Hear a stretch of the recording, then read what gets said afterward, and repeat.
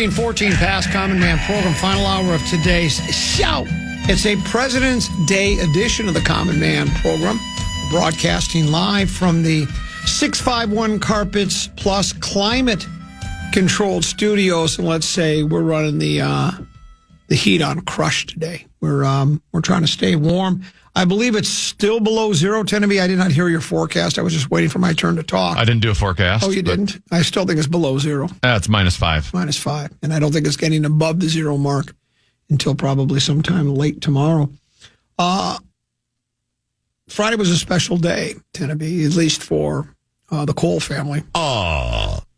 We made it on time, by the way, in that blizzard. I bet that was bad. It was harder, though, getting from St. Louis Park to, 35E. Yes. Once we got on 35E, once we got, north of Stacy, traffic picked up, and we were doing 70 miles an hour because there wasn't much snow up there at all, just some blowing and drifting. So there wasn't. Just getting out of the Twin Cities because you probably went the way I have to go home. So yes. Yeah. Exactly. So Deuce was making his professional ring announcing, boxing. How would you say it? Debut. Yeah, but I mean boxing, ring announcing, whatever you want to call it. Ring announcing, I guess is good enough. His ring announcing debut. There were 8 fights on the card, and I just want to thank the Mille Lacs Band of Ojibwe and Grand Casino Hinckley for bringing boxing back. It's been 2.5 years since we've done a card up there. We've been doing boxing up there for years. I mean, anywhere from 4 to 6 shows a year. Heck, I did a couple of national TV bouts from up there. One on ESPN and another on CBS. Maybe a couple on CBS. So it's a great venue for fighting, and we were getting building up a lot of momentum. And then for whatever reasons we stopped, but we're back at it again now. We should be back in the fall. But so after a long hiatus, we made our boxing debut. And, Timmy, I'm getting a little long in the tooth. And there's going to be a time where I'm going to have to pass the baton. Nepotism, you bet your life. Yeah, I don't have a problem with that at all. Plus, it's really not a job a lot of people want. I mean, there's one ring announcer for boxing in the state of Minnesota. I think it's me. I don't know if there's anybody else. Maybe there's some other cards going on somewhere. I know there's some MMA stuff that happens. And they have announcers for that. But I think I'm one of the few boxing announcers.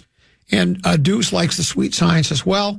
So he did 2 of there were 8 bouts. I did 1, 3, 4, 6, 7, and 8. Deuce did numbers 2 and number 5. And here's part of Deuce's work on Friday night. His professional record stands at 1 win with 2 defeats and 1 draw. That 1 win coming by way of knockout, fighting out of the port city of Duluth, Minnesota. Give it up for Tyler Nystrom.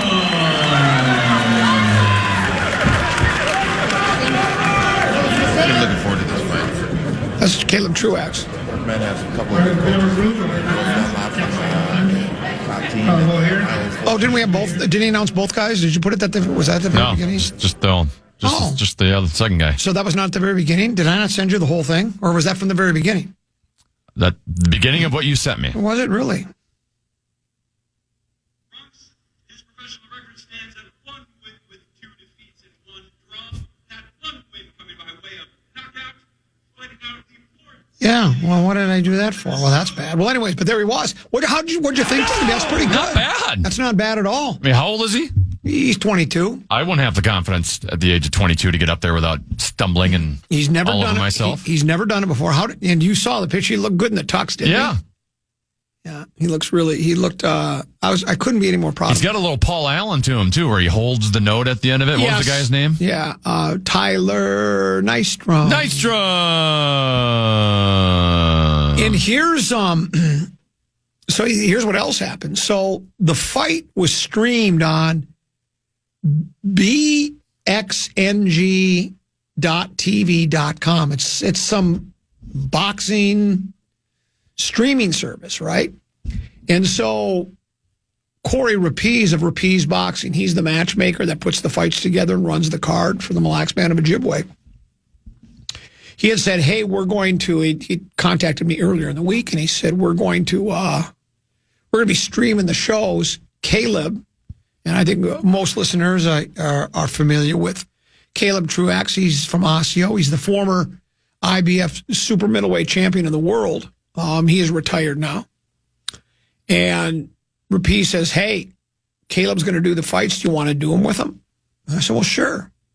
Well, the problem was if Caleb is just, so Caleb's ringside sitting next to Deuce and I, as I'm up in the ring announcing, Caleb's by himself. So I look at Deuce, I say, Deuce, throw on the headset, you're on.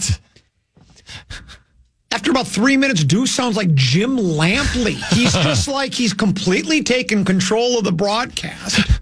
He's doing the blow-by-blow. Caleb's doing the commentary. I've been relegated to a back seat. I'm barely talking at all. Deuce is doing the ring announcing. He's doing the blow-by-blow. Wally pipped by your own kid? I was wildly pipped by my own kid. Everybody coming up to me and going, hey, Common. I'd look at him expecting a compliment. They go, your boy was great.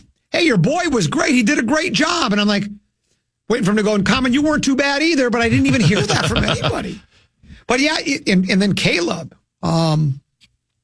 This was nice of him to me. Caleb sent me this text message. Let me find it for you.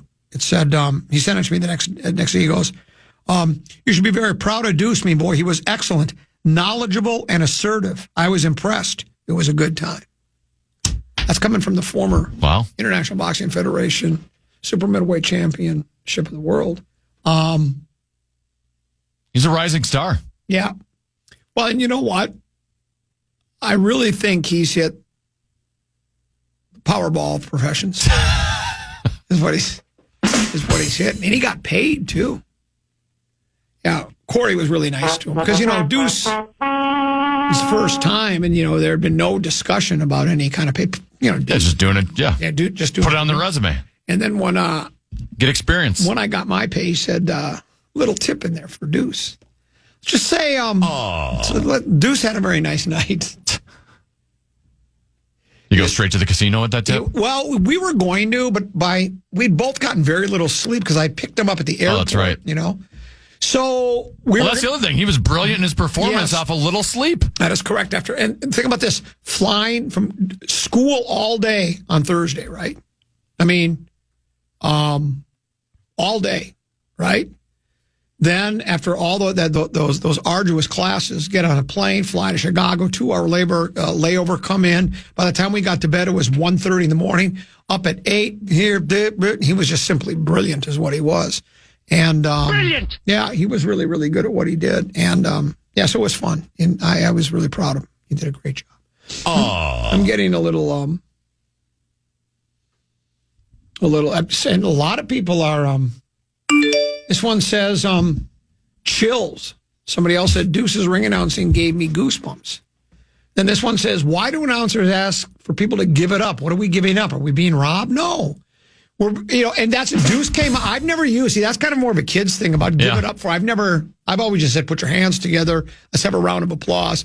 Deuce was doing the let's give it up. I like it. Yeah. He was mixing and matching a little bit. And he worked really hard. He had his index cards all written out. He was actually preparing for this, which was it was something foreign to me. And he practiced in the car, and he goes, I hope you don't get tired of this because I'm gonna keep going over it. Because he knew the 2 fights he was doing. He knew the officials, what their weights were. So he wrote it out. Memorizing it. Yeah, and so he was just practicing it. Because a ring announcer gets to use even the Jimmy Lennons of the world and the Michael Buffers. You look at their index cards. But I mean, you still want to know what's coming up when you're going to enunciate certain syllables and he was raise your voice. And he kept doing it over and over and over again, and it was really good. So, really. So he's in. I'm out. I mean, that moment to me was like Bronny being checked in for the first time in an NBA game with LeBron on the floor. That's what that moment was like. You handing the baton, the microphone off to Deuce. Yes. I got emotional. Yes. And if you don't get emotional watching that, you don't have a heart. Did you post that on social, by the way? Yes. Okay. I posted. I haven't posted the announcing part yet. Yeah, you should. I'm going to. Yeah. I've already been asked to do it, but I've posted several pictures from the fight. We let it out in drips and drabs, and you don't want to throw it all out there right away. Leave them wanting more. You leave them wanting more. So, so good for Deuce, and that was a lot of fun, and we expect to be back at Grand Casino Hinckley. Oh, and then what do you think of that? We were going to do a little gambling, because he's he's never been in a casino before in the gaming area, right? Really? Yeah, it's never interested him really, you know. I mean, he was there when we went to why was he with me at a casino one time?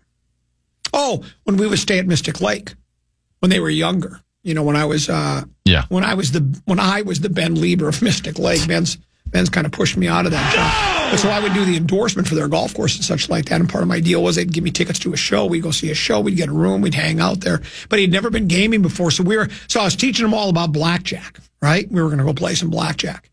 But by the time the fights were over, went to the room, got cleaned up, and then went and had something to eat because there was only one restaurant open at that time of night at midnight, right? So you had to, it wasn't that long of a wait, but, we had to wait. You order your food, you wait for them to call your number. That was about 15 minutes. Really good food, too. But then we decided we'd just go to bed. So, yeah, but it was, I'm really proud of my boy. So he was good. So now on his resume, he's got contributor at KFAN, camera operator for the Lincoln Stars. He's got, his podcast, the Studio 313 podcast, and now he's got ring announcing. Well, it sounds like instead of running the camera for the Lincoln Stars, he should be the one announcing the games. Well, maybe that should be it. Here's what I will tell you, Tennessee. He's already got more on his resume than you do. It's not saying much. Well, I know it's not saying much, but still, I think he's only 22. So good for him. We'll pause. We'll come back. More controversial Vikings news. Other side of the break here on the Common Man program on the Fan.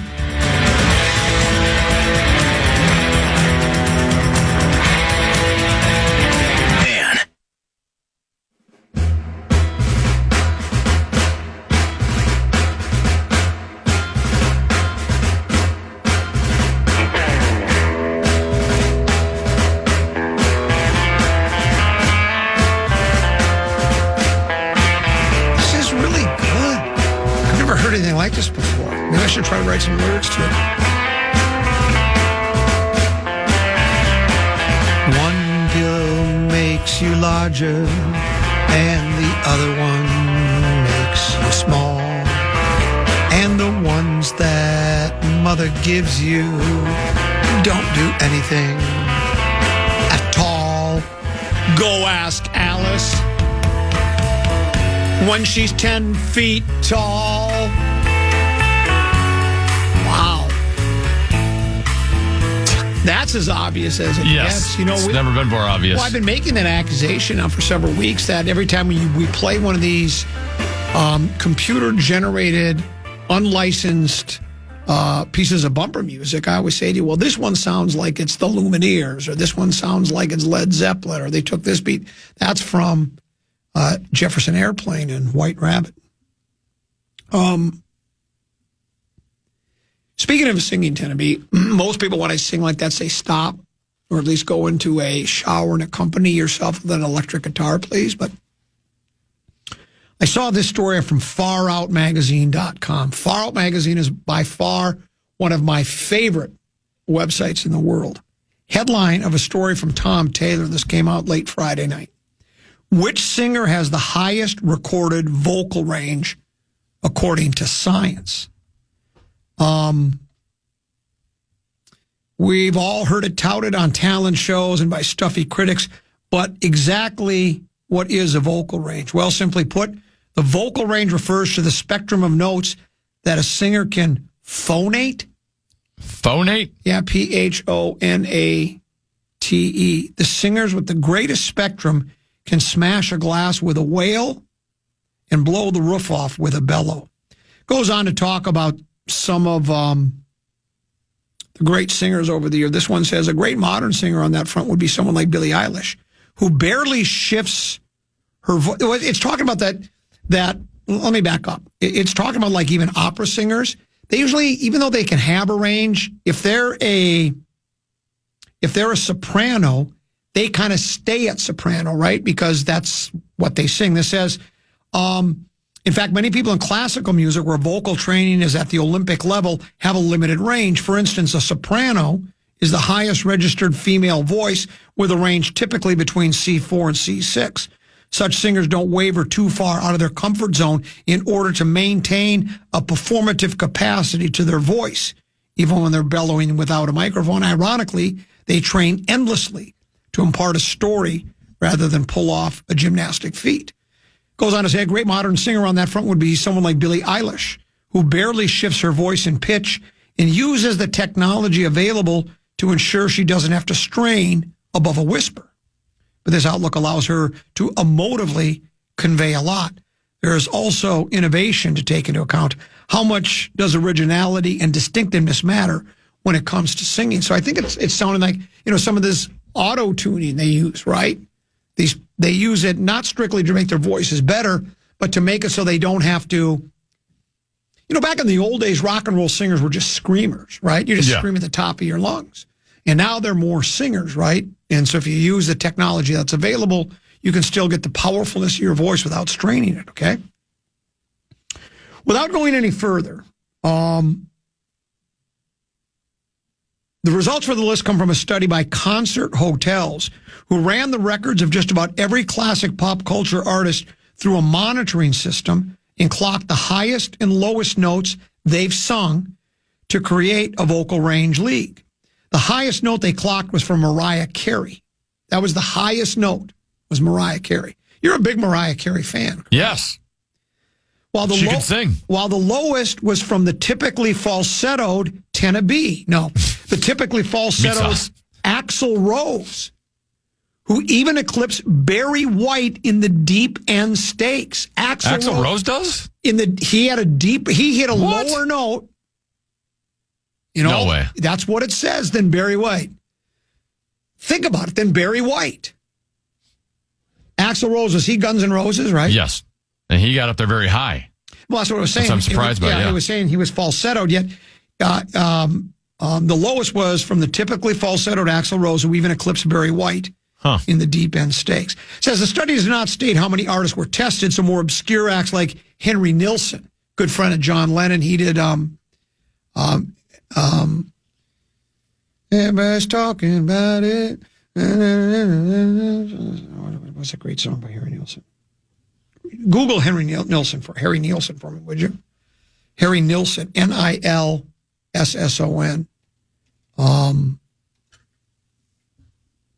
I can't think of the title of the song. Did you find Harry? I'm just on his Wikipedia page. That might not be the best. Yeah. It should list his first mashup song. You Can't Do That? No, that's not it. I produced the international top 10 Without You. Talking. Without You, isn't there? Coconut. Yeah, and Everybody's Talking. Everybody's Talking. That's the one. Cover of Fred Neil. That's it. Everybody's Talking is a brilliant song that he did. Anyway, it says, so obscure facts. So Three Dog Nights covered Nilsson. Oh, really? Yeah. I did not know that. So more obscure acts like Harry Nilsson with a notable octave range may not feature by virtue of unfortunate obscurity. Alas, there were hundreds tested, and Axl Rose was the winner. The results also seem to enforce this seeming Axl Rose oddity. Those who usually sing higher have larger vocal ranges. The top 10 tend to be with the greatest vocal range, Axl Rose, number one. And I never would have guessed that. Now, I'm not a big Guns N' Roses fan anyways. Isn't theirs as Welcome to the Jungle? Welcome to the Jungle, yeah. Paradise City, right. November Rain, Sweet Child of Mine. That's the one I know, Sweet Child. I used to play when I was spinning hot stacks of wax from the top of the racks over on Cool 108 till I was summarily fired. Told my services were no longer needed on Cool 108. Axl Rose is number one, Mariah Carey at 2, Prince number 3, highest to highs to lowest to lows. Mm-hmm. Steven Tyler of Aerosmith. That makes sense. Isn't his voice gone now? I haven't heard him in a while. Yeah, I think I heard that he had to cancel their tour because of vocal damage, and he'll never be the same again. James Brown, number 5. Marvin Gaye at 6. Christina Aguilera at 7. David Bowie at 8. Paul McCartney at 9. And something called, who's Tom York? Tom York? Thom. So he has an H thrown in there for some reason. Yorke. I don't know who He's an English musician. Okay. Oh, main vocalist and songwriter of the rock band Radiohead. Okay, Radiohead guy. So those are the ones that have the highest. Think about it. Axl Rose has the highest and lowest, so he has the greatest range. Vocal range of all people singing. He might do a falsetto, but nothing like Tennessee. Can you give us a sample of your falsetto? Of him doing it? Yeah. Sweet child of mine. Yeah, see? You're so good. Oh, sweet love of mine. Can you hit a Mariah Carey high note? That's a whole nother level. Can you hit another bear? Can you do a low note? Maybe you have the greatest vocal range. Try to. You'll never find. Is Barry White the Let's Get It On? Is that him? No, I think that's Marvin Gaye. Oh, it's Marvin Gaye, yeah. What does Barry White do? Barry White does. Which song does he do? Hold on. You could do Barry White. I know you could. Barry. Oh, he does the Can't Get Enough of Your Love? Yeah, what else does Barry White do? Barry White songs. Can't Get Enough of Your Love, Babe. You're the first, the last, my everything. I think you could do that. I think you could do it. Boy, he did a lot of tunes.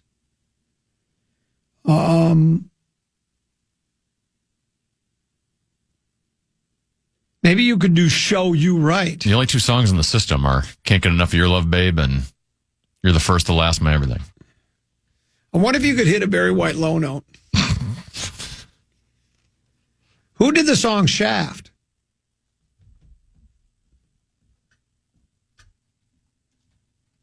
The theme from Shaft. Because that's a low note. Isaac Hayes. Isaac Hayes has got a really low voice. Yeah. I think that's more like meat sauce low. Yeah, that's I can't get to meat sauce low. Yeah, you can't get to meat sauce low. So there you go. Axl Rose of all people. We'll take a final break, come back. I've got controversial Vikings news on the other side of the break. Here on the Common Man program, right here on the Fan.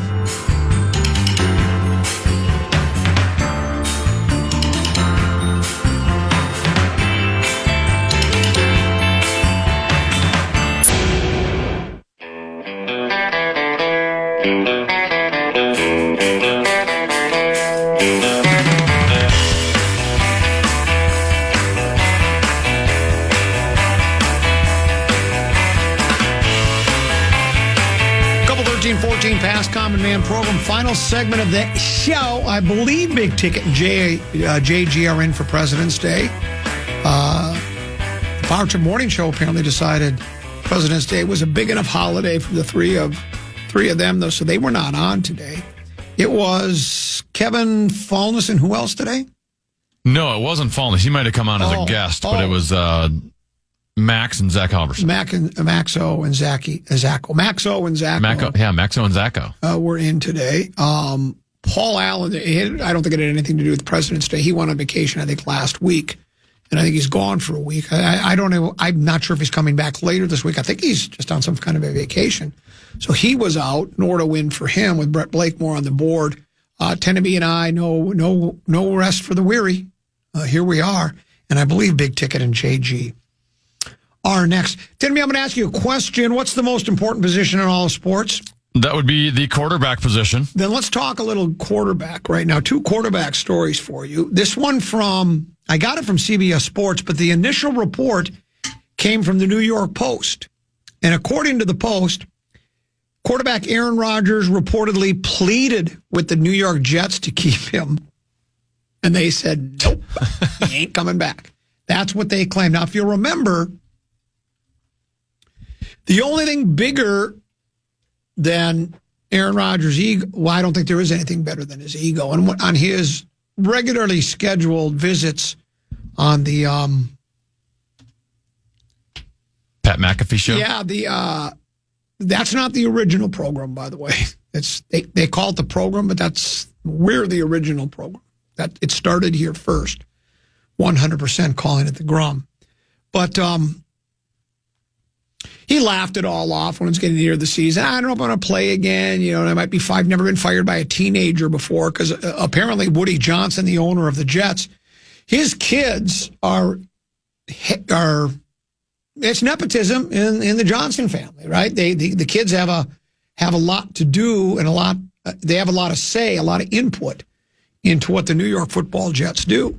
And he wasn't sure if he wanted to come back or if he would go play somewhere else. He's going to retire. He's going to take some time, thinking he was going to go to a darkness retreat, guzzle a little ayahuasca and try to figure things out.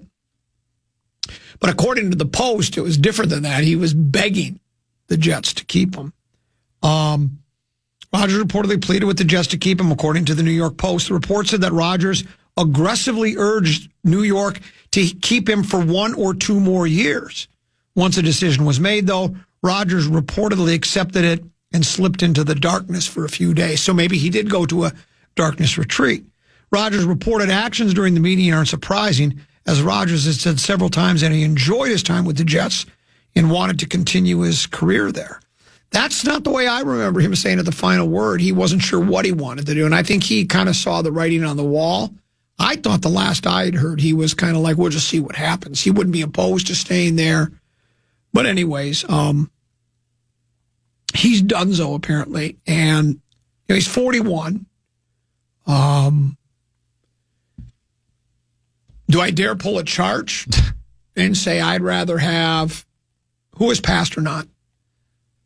Josh Dobbs? I think I'd rather have Josh Dobbs than Aaron Rodgers.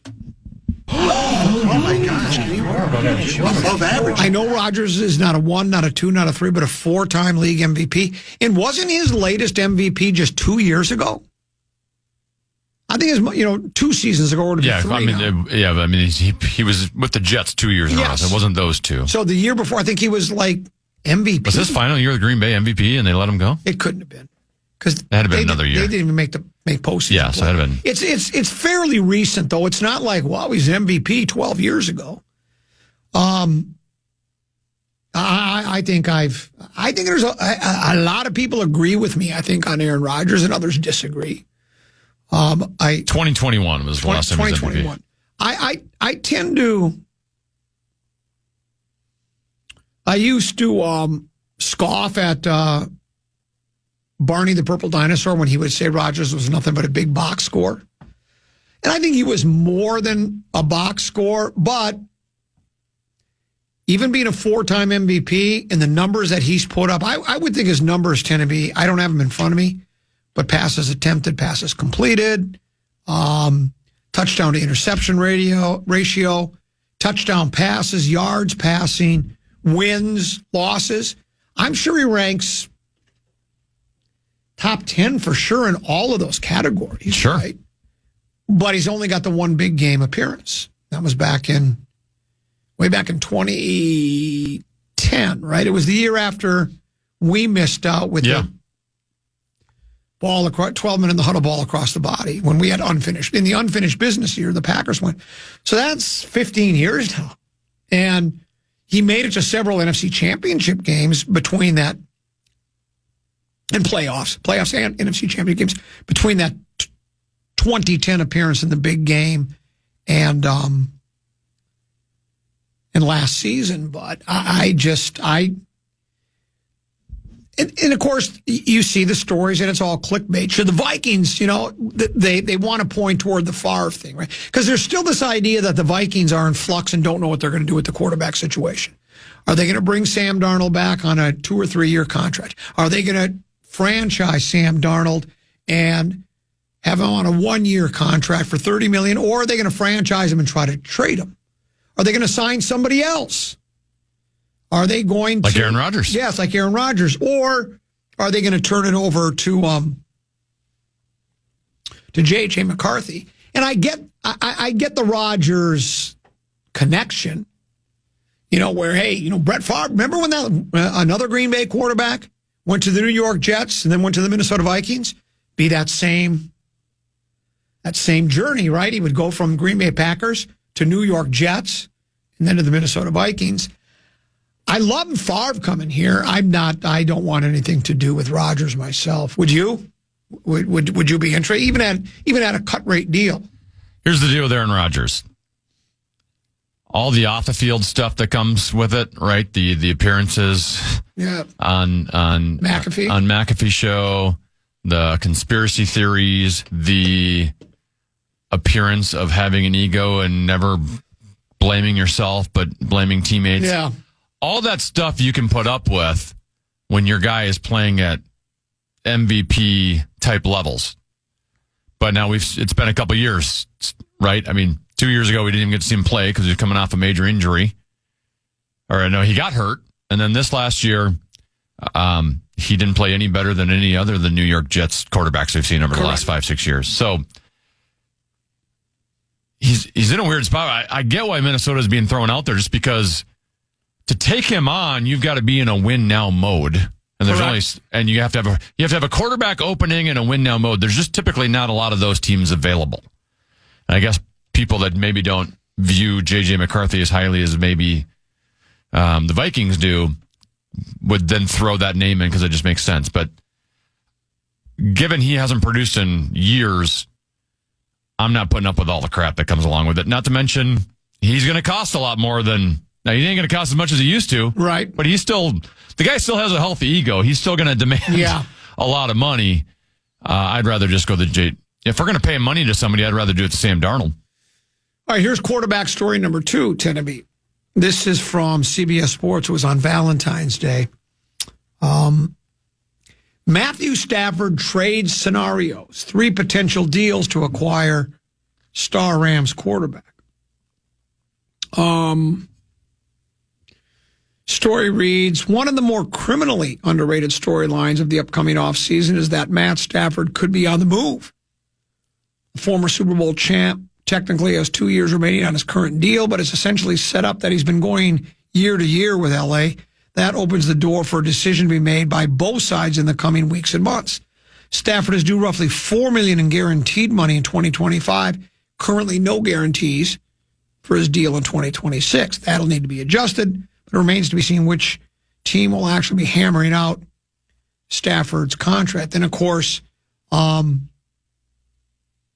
team is already working on trading Cooper Kupp, right? Yes. So it does make sense if they're parting ways with Kupp, maybe they want to part ways with Stafford as well and do what was described in this story as a soft reset, right? Almost like what the Vikings did where they had the competitive rebuild, right? Same thing as a soft reset. It has 3 possibilities of where Stafford could go. Pittsburgh Steelers trade package. Mm-hmm. Okay. Rams get a 2025 first-round pick. That would be number 21 overall. 2025 second-round pick. That would be number 52 overall. Conditional 2026 second-round pick can become a first if Stafford plays 65% of the snaps in 2025. Steelers get Matty Stafford in the 2025 first-round pick, which would be number 26 overall. Is Stafford really worth that much still? Should be Stafford for first, a second, and a conditional second? Is that correct? Yeah. And then the Pittsburgh's getting Stafford in the number 26 overall. Yeah, I guess that sounds... Oh, so Pittsburgh's getting one back. Yeah, they're getting so they're just swapping ones. Then they've got New York Giants trade package. Rams get the 2025 second-round pick, number 34 overall, in a 2026 second-round pick, and the Giants get Stafford. So 2 seconds for Stafford? I mean, the thing with Stafford is, he's had retirement rumors now for 2-3 seasons. Correct. So you never know. Once again, you need to be in a win-now situation because I can't trust that Stafford's going to be there 3 years from now. But if they were just both available in free agency as opposed to, hey, we have to trade and acquire, then you're clearly taking Stafford over Rodgers. As long as you don't have to give up too much in a trade, I would maybe have some interest. Then there's a third one, Tenneby. Minnesota Vikings trade package. Ooh. Oh, my gosh. Rams would get 2025 first-round pick, number 24 overall. Vikings get Matt Stafford. Would you trade the 24th pick overall No. for Matt Stafford? No? If we didn't have J.J. McCarthy already in the wings, I'd consider it. But This team can't afford to be giving up any more draft picks. They just can't. They've given away too many in the last 3 years. It's going to catch up with you eventually. If you're in a win now mode, Tennessee, we were 14-3. Imagine if Matty Stafford would have been playing against the Detroit Lions on week 18. How do you think that game would have ended up? I think Matty would have been flustered, missing JJ in the back of the end zone. You think that would have happened? The Vikings might be hoisting a Lombardi. We might have been at a parade last week. Why wouldn't have gone? It's too cold. Here's what they write. This is a much more straightforward deal for Stafford, which would land him with the Vikings. First off, this truly centers around the Vikings' desire to retain Sam Darnold, who faltered down the stretch, and confidence in J.J. McCarthy. If they want to improve their quarterback play from Darnold and still believe McCarthy needs more time to develop, Stafford gives the Vikings a high ceiling for at least the next 2 seasons. If they think McCarthy's ready to ascend to QB1, however, or decide to stick with Darnold, either via the franchise tag or an extension, that, of course, would block this landing spot for Stafford. There's a connection, Tennessee, between Stafford and the Vikings, thanks to head coach Kevin O'Connell, who was his offensive coordinator in L.A. during his first season with the Rams in 2021, which led to a Super Bowl LVI title. A prior relationship, Tennessee, could help facilitate a deal. The quarterback whisperer had how many big games had Stafford been to with the Lions? 0. His first year with the Rams, what did he do? Didn't just take them. They won. Who was the offensive coordinator? Kevin O'Connell. Oh my gosh. So you give up first-round pick for him? 24. It's almost a second-round pick. Well, with our history at picking there, we probably won't go well anyway. Tennessee, do you think the Vikings would have fared better against Detroit in Week 18 with Matt Stafford at quarterback? Just answer yes or no. Do you think they would have? I do. We win the game. We got a first-round bye. All games at the bank. Against Washington? Think about it. B-Flow would have confused Jaden Daniels so much in that game. Jaden Daniels wouldn't have known if he was coming or going. And what's the matter? Their defense is so leaky. We would have won the big game had we had Matt Stafford at quarterback. Do you think that's going to happen with J.J. McCarthy at quarterback this year? I guess it could.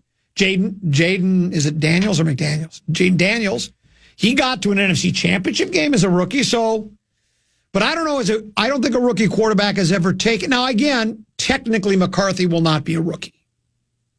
But that's just technically. He still is basically. He's like a redshirt freshman. Yeah, he's like a redshirt freshman.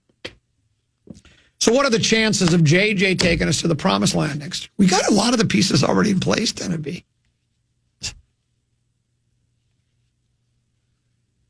Can you hear PA now? Matty Ice under center. Yeah, I can hear it now. Gets bull rushed, sack, fumble. Yeah. Maybe that's not McCarthy might be a little bit more athletic than Matthew Stafford and Rodgers at this stage of his career. Yeah. And you might need that with our line. Here's one. And you're not going to be able to pay for offensive linemen if you got Stafford here. Here's this one, Tennessee. Or draft one. Talk me into it, Common. Let's trade for the hired gunslinger in Stafford. See, we're starting to build a little momentum here.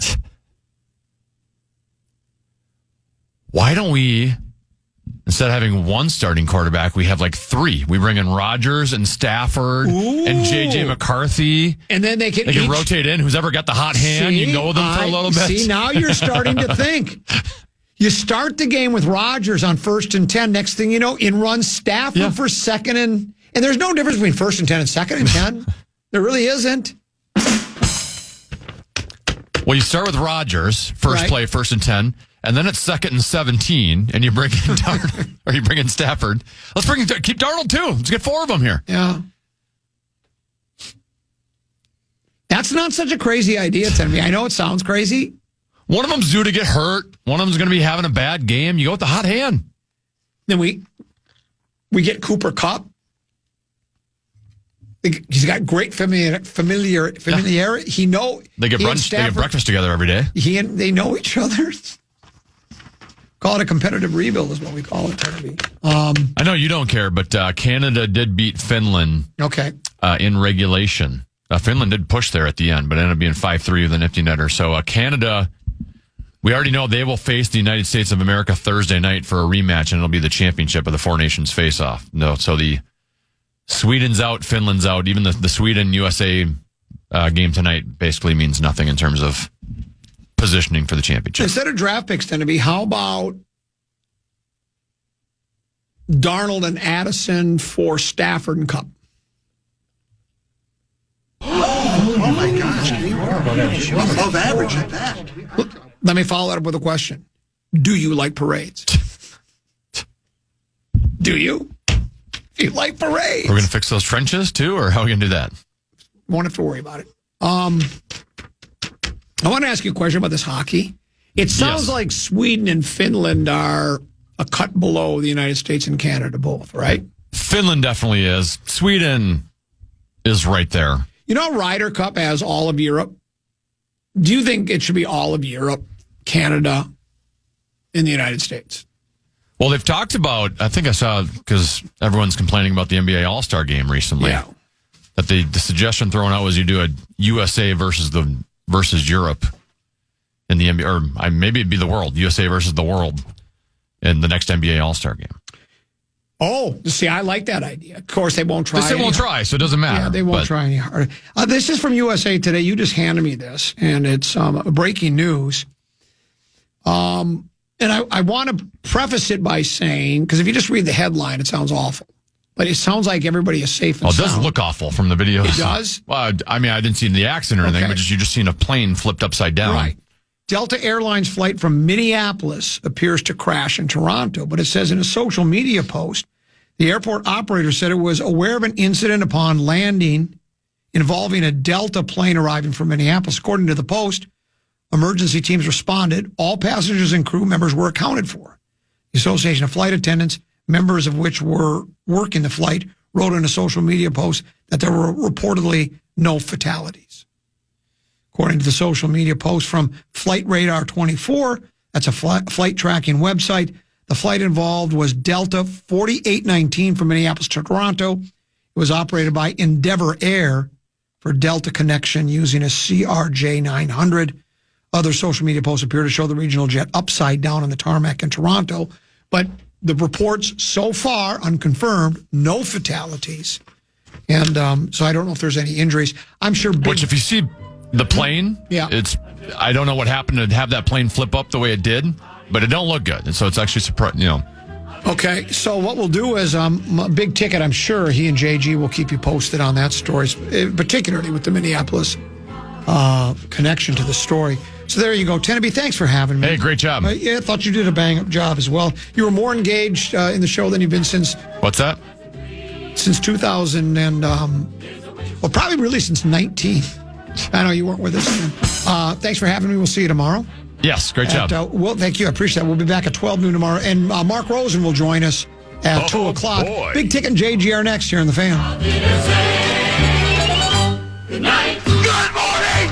Good afternoon. And good night, Minnesota. And good night, folks.